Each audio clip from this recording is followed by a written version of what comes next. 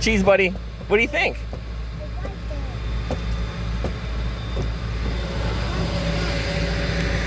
It is early in the morning and we have a trailer loaded up. An empty trailer. Hey Maddie. Hey. Are we going to get another buggy? Yeah, we are. Anyway, it's not very pretty right now. On the back. We gotta put it on the back. Yeah, it is not very appealing at the moment, but I'm gonna make it look better. We're traveling through a couple states. I'll catch you guys up later. All right, we're at a Walmart in Kentucky. What'd you get, Maddie? I got a whole T-Rex party. A whole T-Rex party.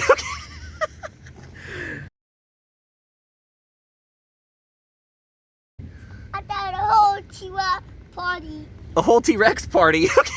It's a green Jeep on some full widths. That's awesome, dude. That's the Predator. Tyrannosaurus Rex. Thanks, Mom. Yeah. Hey, man. There's the buggy. This is gonna be a rock bouncer rehab, but it should look pretty cool when I'm done with it. It's a tough little Jimmy Smith buggy. I like it. It's gonna get some different. We're gonna cut off some tube, redo some stuff, fix some dents, take off these panels, probably remove the stinger. But I like it. I like it. It sounds good when we pulled it on the trailer.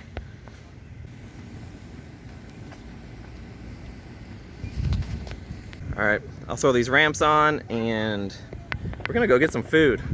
There's apparently a Zaxby's here in this town, so we're gonna check that out. We don't have a Zaxby's in our hometown.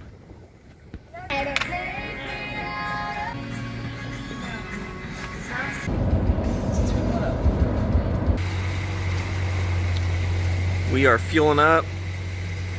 About an hour from home still. Whoa.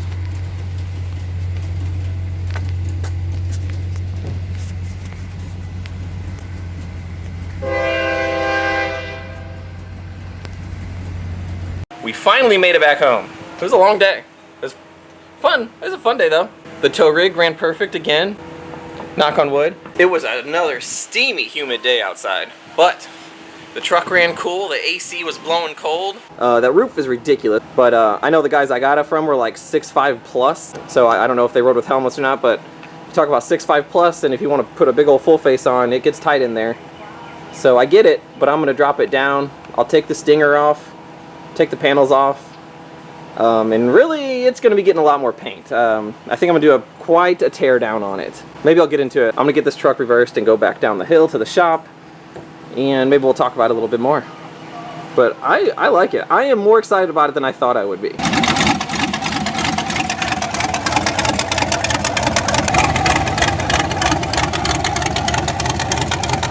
We're looking at some history here.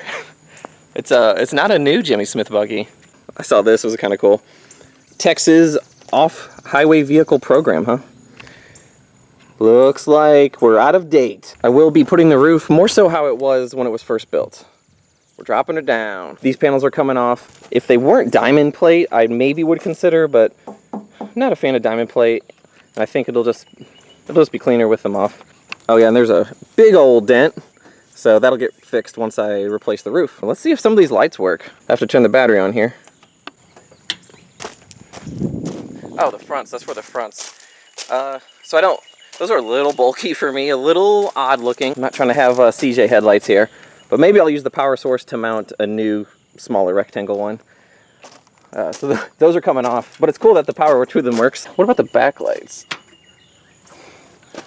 Oh, sure enough, there they are.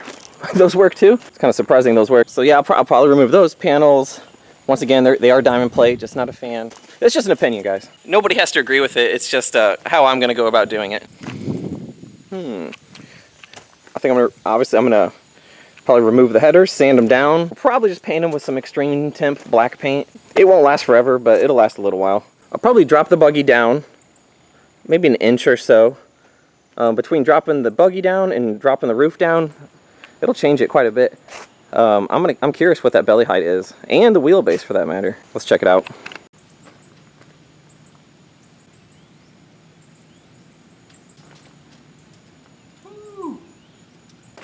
That's a high belly. All right, wheelbase. It's about 118.5 for now, unless I do any tweaking around with the Heims. The belly is about 23 and a half.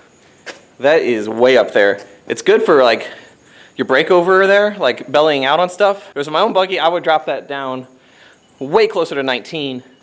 But this older chassis here doesn't quite have the up travel to go for like a 19-inch belly. I'm gonna drop it down, but I can't get a 19-inch belly. Maybe I'll park these next to each other and get like a kind of a side-by-side. The rise on my chassis is so much more aggressive in the back. And then on the front, you're talking about from here to here, that rise is much more than that. But you could easily cut that lower rail off and kind of tie it back in underneath the headers, and that would buy you quite a bit more clearance. So assuming like your harmonic balancer and everything clears your upper links, you could get yourself quite a bit more up travel. I don't know if it's necessary for me to do that. This isn't really going to be my main buggy at all. I'm just excited about rehabbing it a little bit.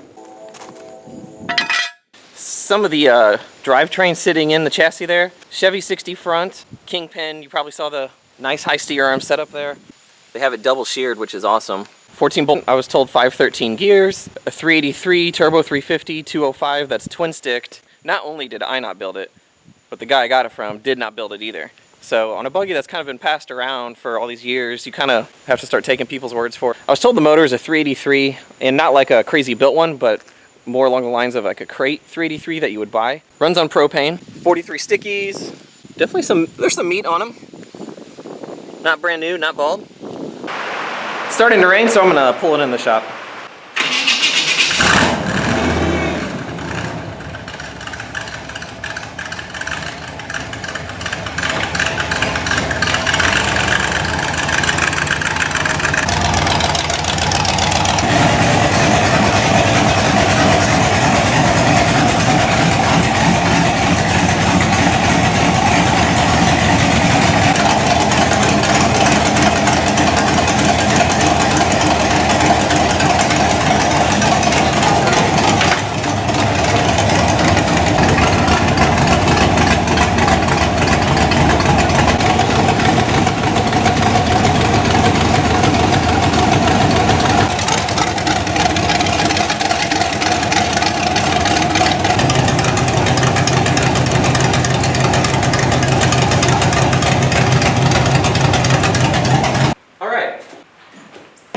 So there's a little comparison for you guys.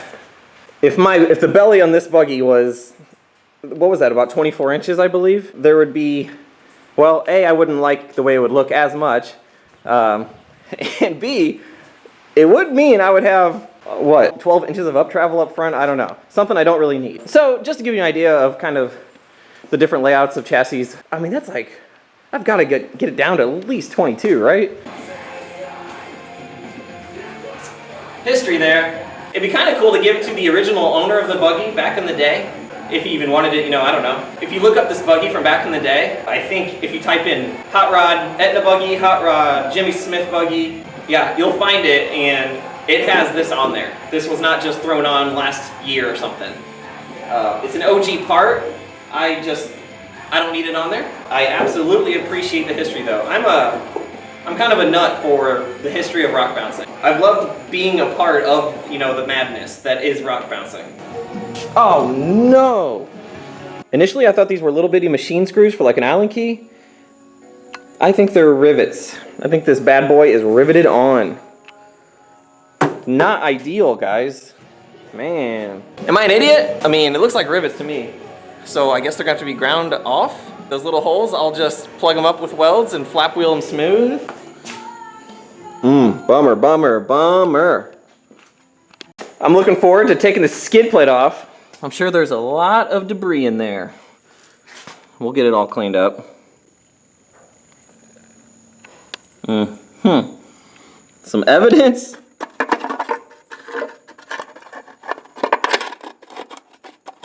Just a bottle of water.